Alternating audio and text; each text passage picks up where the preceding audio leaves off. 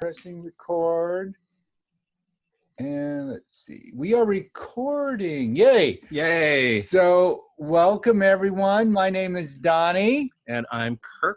And we are delighted to have you here again for another conversation with the Queer Tribe. And today our honored guest is Gregg Cassin. Welcome, Gregg. Hi, thank you. Honored to be here. Yes, we're delighted to have you here and share your thoughts and ideas. So I'm just going to read a little introduction for Gregg so that people have an idea, and then we'll get right to it. So Gregg Cassin tested positive in the mid-'80s, and like many others was told, there's nothing I can do for you. Today, he's a 34-year survivor of HIV, and he has been leading retreats and workshops for the HIV, LGBT, and queer youth communities for over 30 years. Mm-hmm. In the darkest days of the epidemic, Gregg founded the SF Healing Circle and the San Francisco Center for Living, as well as assisting with the National Conference AIDS, Medicine, and Miracles. This work honors the scores of friends lost and equally as important, those loved ones who remain. I believe profoundly in the wisdom and healing that comes from our joining together. We grow from the sharing of our personal stories and bearing witness to one another's journey. And that's a quote from Gregg. Mm-hmm. So welcome again, Gregg. Mm-hmm. Thank you. Mm-hmm. What a delight. And what a delight to hear the things that are on your bio and all the things that aren't, because there's so many things that over the years I know.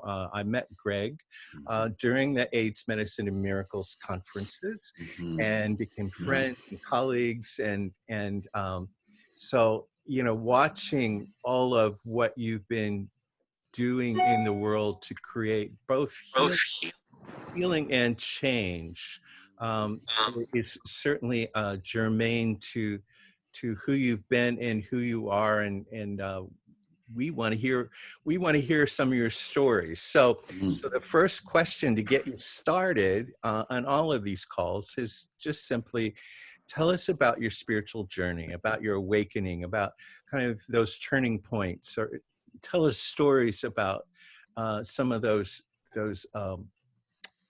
times of awakening for you. Gosh, thank you. Yeah. Well, thank you for having me. And as you saw in the beginning, I love to talk. So this is not going to be a stretch. I love being given a question and say, now go. I was raised Catholic, and I don't relate to that at all, that kind of like organized religion, but it definitely formed me, and it formed me in that everything I did that was meaningful, being raised Catholic, was all community stuff. So I went to retreats as a kid in elementary school. I went to retreats in high school. I helped create retreats and retreat programs in college. And I didn't know I was creating my future. I feel like one of the most important moments in my life was my own coming out process. Of course, it's so important with queer people. And so I was in Boston College from 1976 to 80. I was lucky to have a closeted gay priest who never came out to me, but we knew, wink, wink. And I was talking about my gayness, and I was talking about, do I have a vocation as a priest? I think from my generation, almost every gay boy that was raised Catholic starts thinking like, I must be a priest. And in my one of my closing meetings with him, I was like, so do you think I have a vocation? And he said, I think you should move to San Francisco. And I was like, now that's some spiritual direction. It was like, he did everything but buy a ticket. He was like, no, move to San Francisco. And it was just the greatest. I think so many of us have religious backgrounds that were forcing and hiding us and shaming us and everything. And luckily, I was just so fortunate to have this guy And I joined the Jesuit Volunteer Corps. I found a little job in Oakland, being a 5th grade teacher. So I'm calling up to find like where I'm going to be going and doing my volunteer work. And I call up this little Catholic school in Oakland, that an all-black Catholic school, and I get this guy on the phone, and his name is Bill Glenn. And I would imagine some of you might know Bill Glenn. So Bill Glenn, and I start talking, and he's telling me about this school, and I'm like, well, I want to be a teacher there. And he says, okay, you know, and he says, now, just a warning, I'm not going to be here. And he didn't come out to me, and I didn't come out to him. So he's like, I'm not going to be here, but it's a wonderful school, blah, blah, blah. So I get to the school. The first day I get to the school, this little Jewish lesbian comes into the room to welcome me and interviews me for like 5 minutes. And she says, you're going to be lovers with the guy that hired you. And keep your mouth closed because, you know, none of us are coming out of the closet. So I'm like, okay. And I just recently talked about this again with Bill. And he said, yeah, I remember this story, right? He goes, this stranger came knocking on my door one day telling me that Lobree Lerner told me to come and to see you. And that's how our thing started. So in closing, we start a relationship, and it's 1980, so it's a couple of years after Harvey Milk has passed away. And when I get to California, the air and like Bill's like teachings, like I was 10 years younger than him, and he had been out. And so he was really like bringing me up in the gay community. And the air was thick with that message of come out, and not only come out, but come out as your gift to the community, that you'll be healing others, that you come out. You don't know who you'll be bringing with you, is the message at Harvey Milk, that you don't just come out for yourself, but you come out because of what it means for every other person that's in the closet right now, the courage that it will bring. And so it still was hard for me. Being Catholic, it was still hard for me. And so one day he says to me, and just in transparency, he's told me he remembers none of this conversation, of this part. I'm like having this hard time of coming out and dealing with being Catholic. And he goes, it's the Catholic thing. He goes, this Jesus that you love so much, this man that you love so much, has identified as the truth and the light. He said, Gregg Cassin, you don't listen to a church, you don't listen to society, you don't listen to your family, you don't listen to anything. Gregg Cassin, you want to walk in the footsteps of this Jesus, this man that you love so much. Be your truth and your light. And it was literally a switch that went off on me that was like, oh, that's the message. Like, you be fully you, that's your light.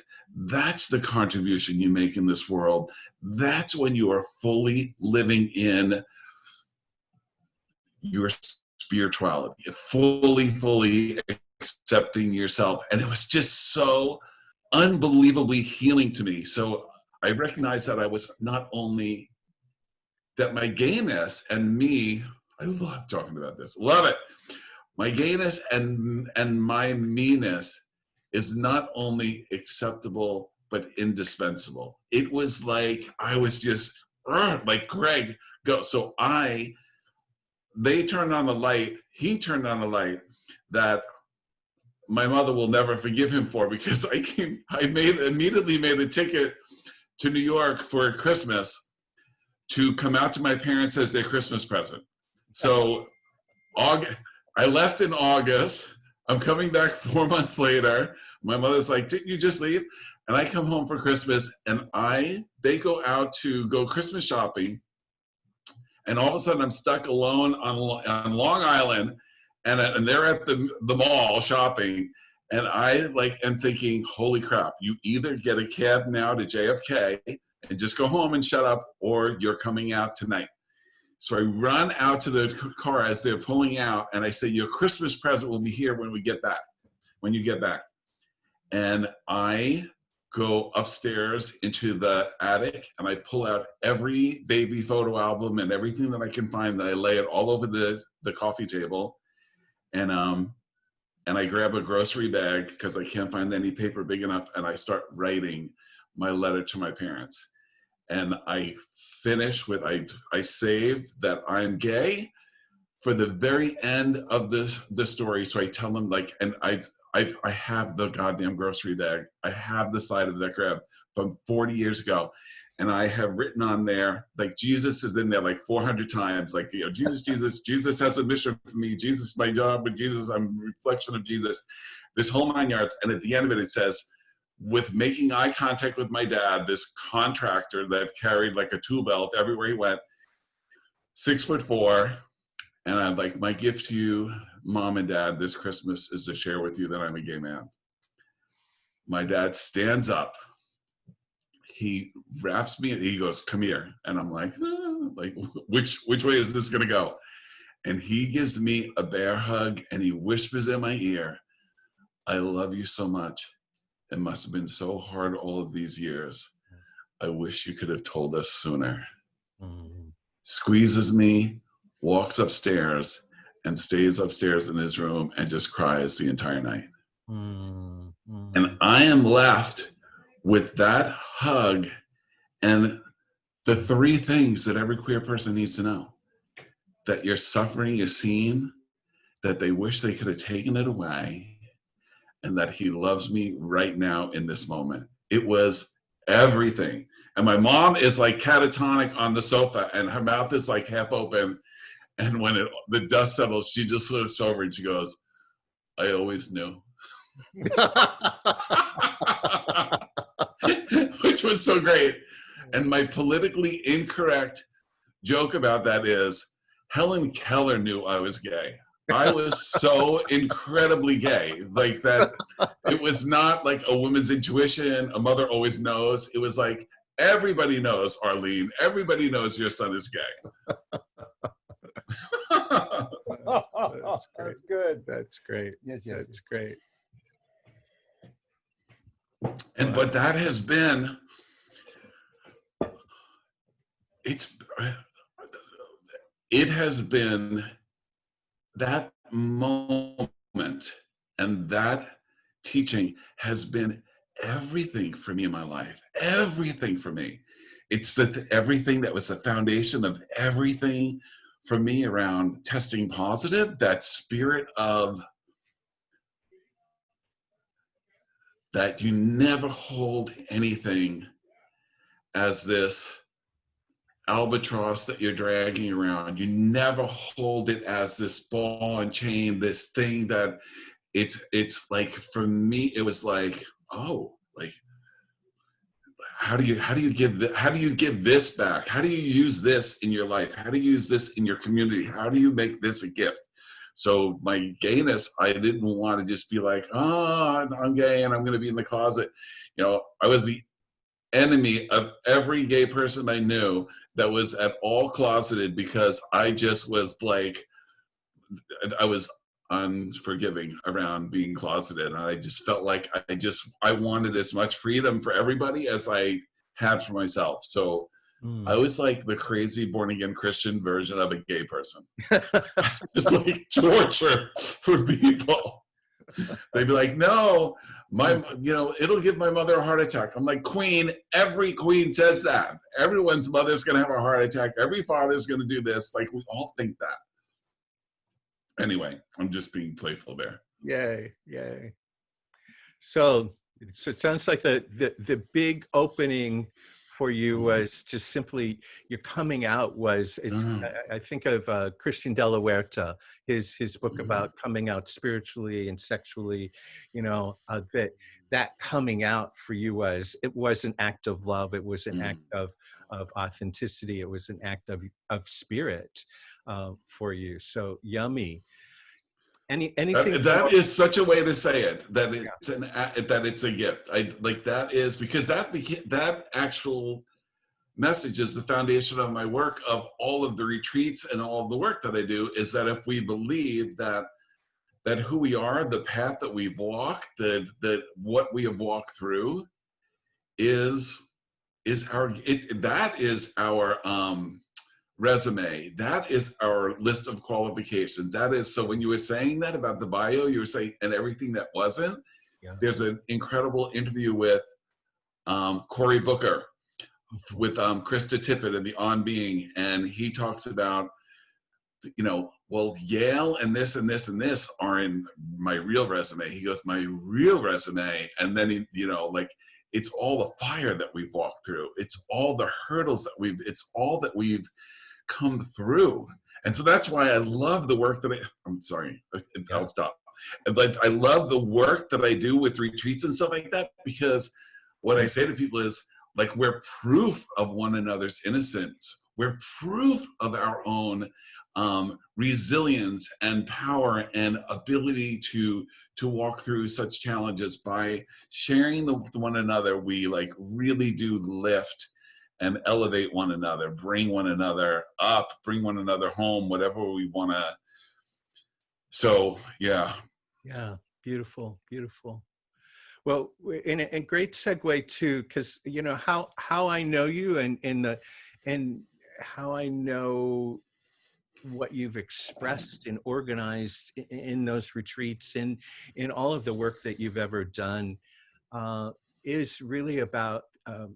We call it, in fact, Donny has this little archetype T-shirt for the elder and the spiritual elder, that you really take in your place in community, and that you really insist on that you belong. So as a segue, tell us about what you think of the queer tribe. Is there a queer tribe? Are we a queer tribe? You know, has Spirit kind of done something that, you know, makes us a queer tribe? But in your words, what muse with us a little bit about the queer tribe. So I think yes. And it is, and I say yes because I believe any set of circumstances or any set of challenges or any set of things that bring wisdom to a community or pulls a community together is what makes like a tribe. So I feel like I have learned so much in the last several months through what has been revealed that around Black Lives Matter and the whole Black Lives Matter movement, and hearing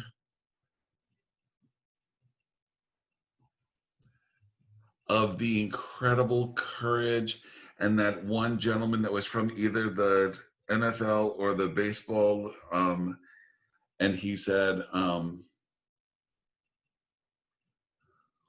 the courage and what black people have come through, and how incredibly resilient they are, and how do we continue bringing so much light and sharing so much love and giving so much and caring so much about this country when the country doesn't love us back. Like, I think it's like the more that has been revealed, I just feel like, oh my God, I feel like every Black person that has made it through as this far in the United States, it's a fucking accomplishment. It's an accomplishment. It's amazing. And I feel the same with queer people. I just feel like such an affinity and so much love, because it won't be for every queer person, because I think things are changing, but I think it is shocking to me, and I'm sure everyone on the screen has a similar experience, that I did a coming out night at Mammy's when we were still coming together and everything. We did a coming out storytelling night, and we had a panel of people that shared their stories, and then we opened it up. There were more tears in the young people coming out that you thought like, it's all done. We did all that hard work for you guys. There were so many tears of the young people, including Manny. Manny, like, he's a kid, and you think like he's grown up with the benefit that all of us and what we've walked through and all the freedom and all the wisdom that we have like sent out there in the world. And this kid, I don't know, Barbara, if you know his story. So Manny his dad is a conservative Jewish rabbi. He's an Afghani immigrant. Manny was raised conservative Jew. He keeps kosher. He is like the greatest. You know Manny's at 16th and Valencia, right? Okay, so he's a buddy of mine, and he came to work with me on Prop 8 or the DOMA thing when we were doing this march, like just weeks after he came to the city, and through a mutual girlfriend of ours. So he's this shining light of a human being. He finishes at a fucking Ivy League college. He's going off. He hasn't come out yet, and he's about to go to be an intern at Obama's White House. Everything of a shining human being that you can expect. And he goes to his father, and he's like, I want some time with you, that I'm leaving, I'm going off, blah, blah, blah. And he says, I thank you for my faith, for everything. I keep kosher, I pray every day, on and on and on. And he says, and I just need your blessing. I'm going to be going off and to like make my way in the world, and I want your blessing. And I want to share with you that I'm a gay man. And so he's standing there. Almost all the lights are out. There's a little spot on him. He's sitting on a stool in a room full of strangers. All these old ones had told their stories of the old days. And he says, and that's the last time I made eye contact with my father 8 years ago. Like, oh my God, the whole room was hushed, because it's like all those experiences that we've had where you think, oh my God, what are those parents missing out on? Those poor, stupid parents. What are they missing out on? Yeah. What the fuck was I talking about? What was the question? I mean, it's so important to hear those stories, right? Of like someone like, it's like, God, both heroism is available to all of us, and like, because we're saying like, is there a queer tribe? Yeah. And I feel like I love the portal and the shared experience of so since I came to San Francisco, I started speaking in schools, and I started going to Catholic schools because of the wedge program, but then also HIV stuff. So early on in the HIV, I started going to schools. I started going to these Catholic schools down the peninsula. And this one Catholic school I went to for probably like 25 years. It was this Catholic girls' school, which was my element, like to see everyone in their pleated skirts and like the little like polar tops. I was like, I want your life. I just loved it. And they'd always cry. So that was great. You tell them your whole sob story of being gay and positive and all that. And, but the power of like sharing with them that each of us has to go on this sacred inner journey of finding who we are. And like, for me, I just felt like I said, for me, I feel like I'm lucky that I was this gay person, because I realized I was forced onto a journey of, are you going to love and accept yourself? It's a question that every human being has to go through, but it's exciting as a gay person, painful, but exciting because you are faced with, are you going to live the life that you were born to live? Or are you going to choose something else? And I think, and to speak to girls, I was brought in for this is perfect, women and relationships class. This girlfriend of mine who had a gay daughter, and she was the best lady in the world. And she brought me every semester. I spoke to every single girl at that school for 25 years. And it was women and relationships. And I would just go there and I'd be like, if anyone can figure out the mystery of how the hell I'm brought in this particular class, this will be very exciting to figure out. How did I get here? Because I was single for a lot of that time that I went there. But anyway, Yes. that going on that journey, and I feel like that is for me, the great gift that I recognize that I didn't have to, and I think whenever there's like something that I don't quite understand, I don't feel like I'm responsible for it, the only word that comes up is grace, but it always sounds so loaded with corny religious stuff. So I say it, and I don't want to like I don't like that it feels like some people were given and some people weren't. I don't understand why I lucked out with a Bill Glenn, and why I lucked out with like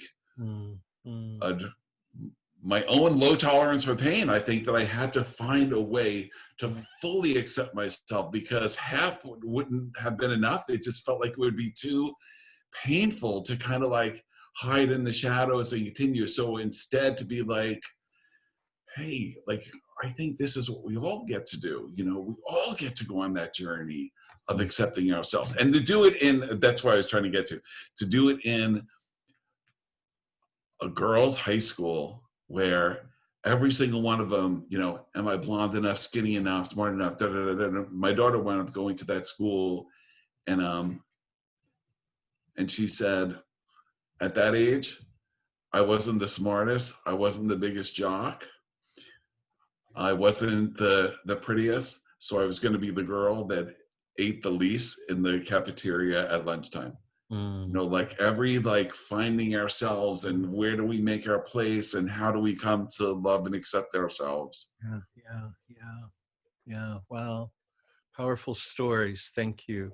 And thinking about the queer tribe, and thinking about your role, as I've observed, even, I know one of the things, the pieces of work that you've done in community is called honoring our experience. Thank you. Yeah. So honoring our experience it sounds like is a core truth for you. So that leads me into our third question. So having kind of awakened and shared and welcomed others into community, what do you see for us as a queer tribe, as a movement of queer people in these times? Do you have glimpses or feelings or any words around that? Well, to me, it's still, I have to remember how much I love this word. Like, every once in a while I forget this word, the sense of belonging. I love that word, belonging. And I feel like in loneliness, that like it's so easy in this world to feel lonely, or to feel like you don't have purpose or meaning. It's so easy. And that's why it's so interesting, because the sense of belonging and the sense of being seen, of having your experience witnessed, of recognizing that you sharing your story. Like, I love when we're doing the retreats where I get to say, like, hey, I want to just say, like, what we're going to be doing this whole weekend is just sharing. And the definition I have for sharing, it's a literal translation. It's an act of generosity. So don't sit back there thinking, oh, well, I'm some just shithead who has nothing to say. No, don't deny anyone in this room of your unique experience. You don't know who you will set free or who you will bring home with your courage when you tell your story. I have a girlfriend of mine that comes to the retreats that has the most amazing story. Her name is Patty. She's like my age. She's from Long Island. I'm from Long Island, and we like it was like when I found her, I was like, oh my God, my little sister I'd like never had. And she at one point wound up living in a box out on Cap Street in the Mission, and we're walking around and she points to the hotels where she turned tricks. And this woman is in recovery, has been clean for all these years, positive for a million years like me, and tells her story. She's the only, she is probably, if she knew how much, I try to tell her, it must get tiring, like here, but I'm always like throwing rose petals on the altar of Patty Radigan because she's just amazing. And she tells her story of one of like pure inspiration and redemption, that it's like, there's never an ounce of darkness or shame that she carries in it. And everybody, that's the power of sharing your story, is that everybody, and the more vulnerable it is, thank you, it brings everybody to that space. No one can escape that experience of freedom when somebody shares something so deep and you're feeling like you have your own secret, and someone shares something that makes that room bigger and safer for everybody else in the room.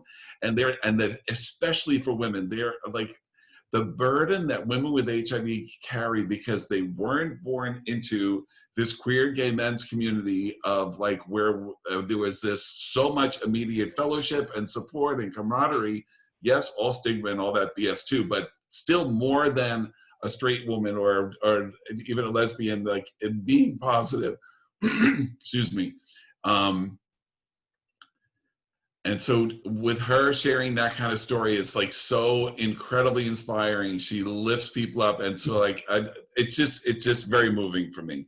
Mm-hmm. Mm-hmm. Thank you. So what else, what were you saying? What was the question again? So it's about, in just a couple minutes to wind this part up, at least, is your vision for us as gay, lesbian, bisexual, transgendered, however we define ourselves in the queer tribe, a vision for us. What are our contributions? What are our gifts? What are we doing here on the planet at this time, in this moment, with COVID, with racial unrest, with economic strife, with oppression happening all over the place? What's your vision for us? So try and, in a couple minutes, give us anything that pops for you. Oh gosh. I think that we have, like each community does, we have a unique set of circumstances that draw us together, and that we draw on strength from one another. As we come together, that we draw on that strength from one another, and that when we honor what we've walked through and we get to share that with others, it does.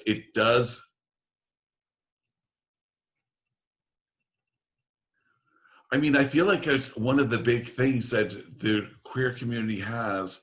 It's just one, and this is coming from the gay white guy that came here in 1980. There is something that I believe that was a huge gift of the queer community walking through the epidemic. And I think that our walking through the epidemic at a time when the world was pointing fingers and seeing us as perverts and sinners and sick and all these other things, and that then we do this call for help, or this call for like assistance, and we get a finger wagged at us saying like, you created this yourself and this is your problem to fix. That I think that is one of the, I know some people don't like hearing like something horrible as being like a gift, but I think one of the blessings, one of the gifts, one of the magic things that happened within that was that at that period of time when there was so much judgment and fear and hatred, and then it just got exacerbated with this thing of AIDS, that now we're going to go and pollute humanity, infect humanity, that we personally, and then the world, what was revealed to us was our own compassion and nobility, the way queer women came in and wrapped their arms around us, and the ones that were like, hey, you let us into the bars on Castro Street. And all of a sudden they're the first goddamn volunteers with Shanti and at San Francisco General. Like that, there are things, again, it's like that, oh my God, we have to create some kind of term like your sacred your sacred resume, or your like something resume. Like I want to find my word for it, because when Cory Booker said it, it was like something that we all intuitively know, but we don't have a complete understanding of that. What I loved about Patty Radigan's story, and Patty Radigan's bi, so she gets to get pulled into that. So you don't think I'm like losing my queer thing. I got to stay with that goddamn queer theme. What was I saying about her? It was like her insane freedom is what was the thing that lifts everybody up. And so that for me is that we walk through something. I was walking through the mission one day with her and her daughter, and Patty points to the place where she's turning tricks, and I'm like, oh my God, Patty. And I look over at her daughter, I'm like, what's that like for you? And her daughter looks at me like kind of confused, and she goes, about that? And she goes, that's what makes my mother so awesome. And it was like when we recognize that that's what I wanted, that the thing that we can be hiding, the thing that we think is our darkness, the thing that we wish, that we think like, oh, my history, my life, my past would be so clean if it wasn't for that bout of drug addiction, if it wasn't for that like problem that I had with the law, if it wasn't this, you know what I mean? Like we always like think like, and instead to be like, no, that's my feather in my cap, that's my gold medal, that's the prize thing sitting on the mantle. Yeah. Beautiful. Thank you. Obviously, we could pick your heart and brain and for wisdom for hours, but I'm going to move us into letting any of the callers, if they have comments or if they have questions for you for these last few minutes before we close. Yeah. So if anybody wants to chime in, just raise your hand or unmute yourself and ask Gregg whatever's on your heart. Or share your own thoughts, your own. Yes. I'll go. Go for it, Brock. Hi, Gregg. My name is Brock. Hi. I am blown away today. I took notes. I wrote down words you said and phrases. I really appreciate you today and your story. I've heard of you. I've been in San Francisco for 24 years. I used to be the publisher of Frontiers magazine. And, nice. Yeah, and that's how I met Kirk and Donny years ago. But I did a queer conversation. If you're interested, you can look back at my story. But I'm so inspired by you today and your retreats, and I want to learn more about your retreats. And I've heard your name in and throughout the years and never really met you or any of that stuff. So I want to reach out to you, and I'll send you an email if you give us your email address. And maybe we can collaborate on some things. I would love it. But I'm blown away today just by the information, by your energy, and the aura that I see around you. So thank you so much for being here. My aura! That's right, girl. We're living in San Francisco now, so you better use that aura, okay? And we're wearing Birkenstocks, and we're eating some vegetarian sandwiches, avocado and sprouts. I'm so grateful. So let me just say, so Honoring Our Experience is a retreat program that I came up with. Now I want to do every fucking version of it, but Honoring Our Experience that I started like 6 years ago, after I saw the We Were Here movie, the documentary We Were Here, all about the early days of the epidemic, and I had been on disability for like 12 or something years, and I had how was I ever going to go back to work? And my prayer would be, don't let me die on disability. And I saw that movie and I thought, that's what doesn't exist, is this sense of belonging, this sense of cohesion of long-term survivors, that this group of people, both negative and positive people, women and men, those of us that lived through the early days of the epidemic, that lived through that time of incredible fear, incredible sadness, incredible loss, but also incredible hope and inspiration, that we had to bring that community of people together. So the first one I did was just the gay men, you know, because the gay men's got to have the gay men. So we did that. And then we said, okay, Queens, now we're opening it up. And we brought women in, we brought HIV negative partners or friends, or the HIV negative guys that lived through the early days of the epidemic, that always felt like they were sitting outside the circle. Right, Barbara? Like but you have something realer to share, or your loss is bigger. And so like this feeling like that all the negative people that were around us and lived through the same hell that we lived through, that they were never brought into the circle. So we brought in straight, the husband of a woman that has been positive for 35 years. We brought in the partners, lesbian women that were social workers that lost 5 times the people that I lost.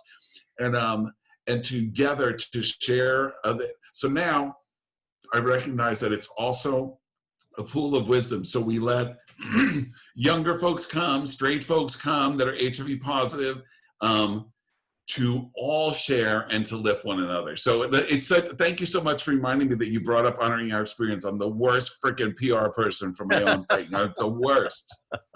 So it exists. I'm trying to think. We'll put you in touch, but it's we're not doing anything right now. We're doing online stuff. So we're doing, one of the things I do through Honoring Our Experiences on Thursday nights at 4 p.m. Anyone is welcome to come, and we do a Zoom creative writing thing, which I'm not a writer, so I get like a fortune cookie version of writing, and then people write like 3 pages, and so we do a thing where we do a theme, we do some sharing, and it's this really thoughtful small group, maybe like 10 people, sometimes 12 people, but it's wonderful. So if you were Frontiers, so you probably would enjoy that. So that. Gregg, what is a website or some reference I can write in the chat for you, for people? I know. There is a group called Honoring Our Experience, a Facebook group called Honoring Our Experience. And then Saratoga Springs has a page on there. If you went to Saratoga Springs website, they have Honoring Our Experience there, which is, it's pretty sad that the place that I do my retreats has a better description of the retreats on their website than I have on my own website. I'm forgiving myself all the time for like my lack of administrative skills. So there's that. And then you just, my full name at Gmail is Gregg Cassin, GreggCassin is my my Gmail address. Great. And I believe all of that is also on, if you didn't get it or you're not getting it right now, is on the Queer Tribe conversation page. Good. For Gregg. So if you look, I think it's all there, but great. Thank you, Brock. Thank you, Brock. Any last question before we close up with this fun and juicy and thoughtful call? Anybody else want to comment? Yeah, Barbara. I don't have a question, but I just want to say thank you, Gregg. It's really, it's wonderful to hear your story, but it also is just so affirming. Yes. Reminded of what's important is who we are and what we bring, and each of our journeys is unique, and yet we all belong to one another if we allow that. So thank you very much. Yeah. Oh, I totally agree. Thank you, Barbara. Yeah, fabulous. Okay. All right. Well, so thank you, Gregg. And thank all of you who are on the call live. And this will go out to about 1,000 people. So is in the next 48 hours. So thank you all. And we look forward to more Queer Tribe calls soon. Yes. So do we have a guest for next time or not yet? Not yet. Not yet. Oh, not yet. We have several in the lineup, but I don't want to cue anybody until they're confirmed. So, okay. All right, beloveds. Thank you so much, everybody. Yes, thank you so much, Blessings. Gregg. Thank you, everyone.